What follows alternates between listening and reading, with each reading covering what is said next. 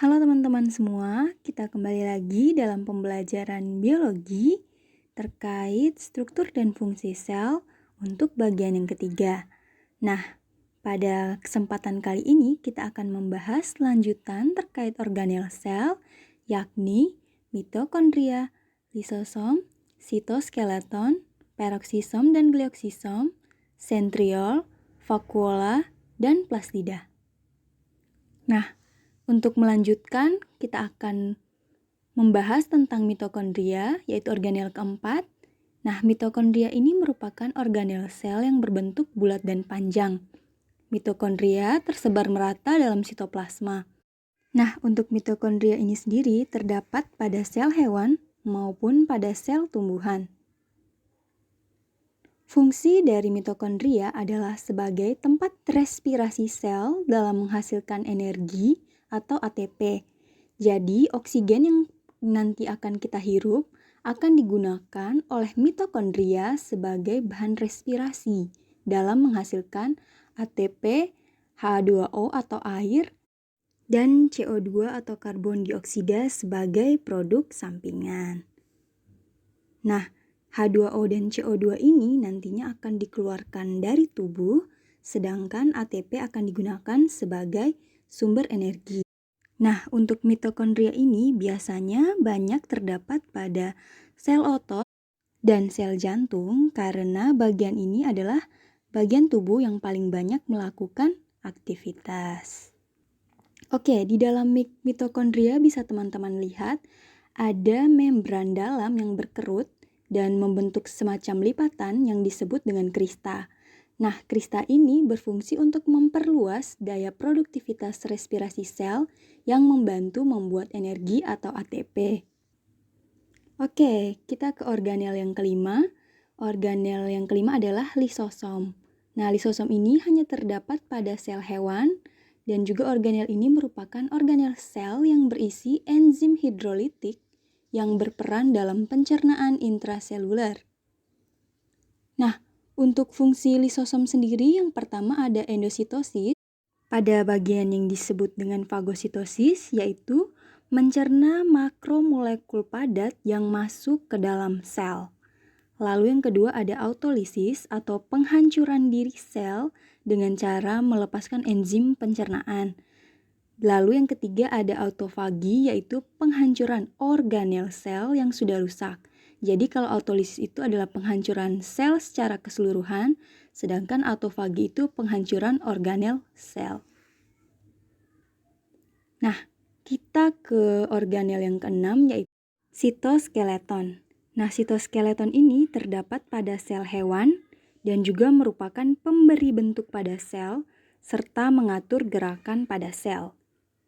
Nah, untuk sitoskeleton ini tersusun atas jaringan protein berupa filamen, yaitu yang pertama bisa dilihat pada gambar, filamen intermediate yang bersifat kaku dan fleksibel.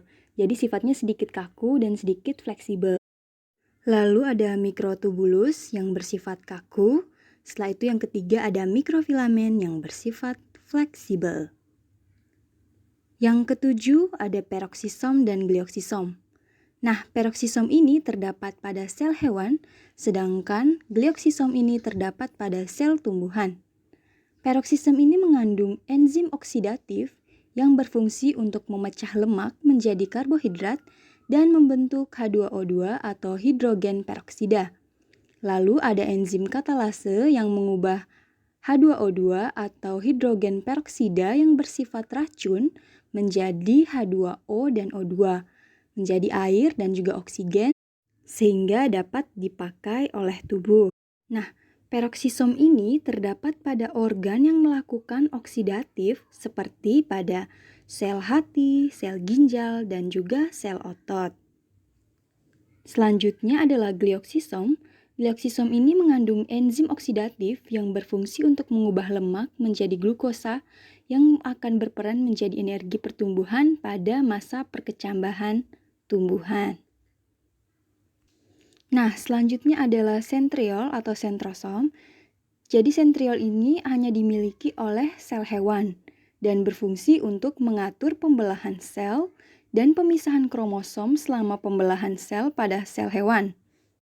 Untuk memastikan teman-teman tidak bingung, sentrosom itu merupakan sepasang dari sentriol. Jadi pasangan-pasangan sentriol itu membentuk sentrosom. Nah, sentriol-sentriol inilah yang nantinya akan bergerak ke arah kutub yang berlawanan pada saat sel melakukan pembelahan. Lalu yang ke-9 ada vakuola. Nah, vakuola ini dapat ditemukan pada sel tumbuhan dan sel hewan. Namun, vakuola pada sel tumbuhan itu biasanya berukuran lebih besar dibandingkan pada sel hewan. Nah, untuk vakuola ini sendiri dibungkus oleh selapis membran yang disebut dengan tonoplas. Untuk vakuola ini sendiri terdapat 2 jenis vakuola.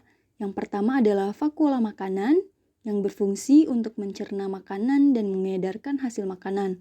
Lalu ada vakuola kontraktil yang berperan dalam ekskresi.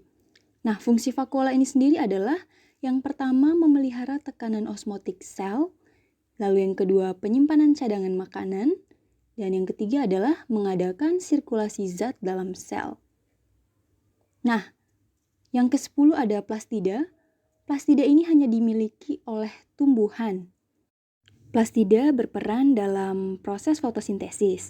Nah, plastida ini dibedakan menjadi 3 jenis, yaitu yang pertama ada leukoplas yang berisi proteoplas, elaioplas, dan amiloplas. Lalu yang kedua ada kromoplas yang mengandung warna yang bermacam-macam kecuali hijau, jadi ada merah, biru, coklat, dan juga kuning. Lalu yang ketiga ada kloroplas yang berperan dalam proses fotosintesis, jadi warnanya adalah hijau, seperti yang kita lihat pada tumbuhan pada umumnya. Nah, kita akan membahas sedikit tentang fotosintesis. Fotosintesis ini terbagi menjadi reaksi terang dan juga reaksi gelap. Nah, teman-teman bisa melihat rumus fotosintesis yang ada pada bagian bawah. Jadi fotosintesis itu memerlukan bahan berupa karbon dioksida, air, cahaya, dan klorofil untuk menghasilkan gula dan juga oksigen. Nah, untuk reaksi terang itu terjadi pada tilakoid. Nah, bisa teman-teman lihat pada gambar, tilakoid itu berbentuk seperti kepingan-kepingan logam ya. Nah, kepingan-kepingan ini yang bertumpuk akan membentuk grana, dan kumpulan grana akan membentuk granum. Nah, untuk bahan dari reaksi terang ini adalah H2O atau air, cahaya, dan juga klorofil. Hasil dari reaksi terang adalah O2 atau oksigen. Nah, untuk reaksi gelap ini terjadi pada stroma atau bagian cairannya. Bisa teman-teman lihat pada gambar. Nah, bahan dari reaksi gelap ini adalah karbon dioksida atau CO2 yang akan menghasilkan C6H12O6 atau glukosa. Nah, sekian pembahasan mengenai sel pada pertemuan kali ini. Terima kasih atas perhatian teman-teman semua. Tetap semangat dalam belajar dan tetap jaga kesehatan. Semoga Tuhan memberkati.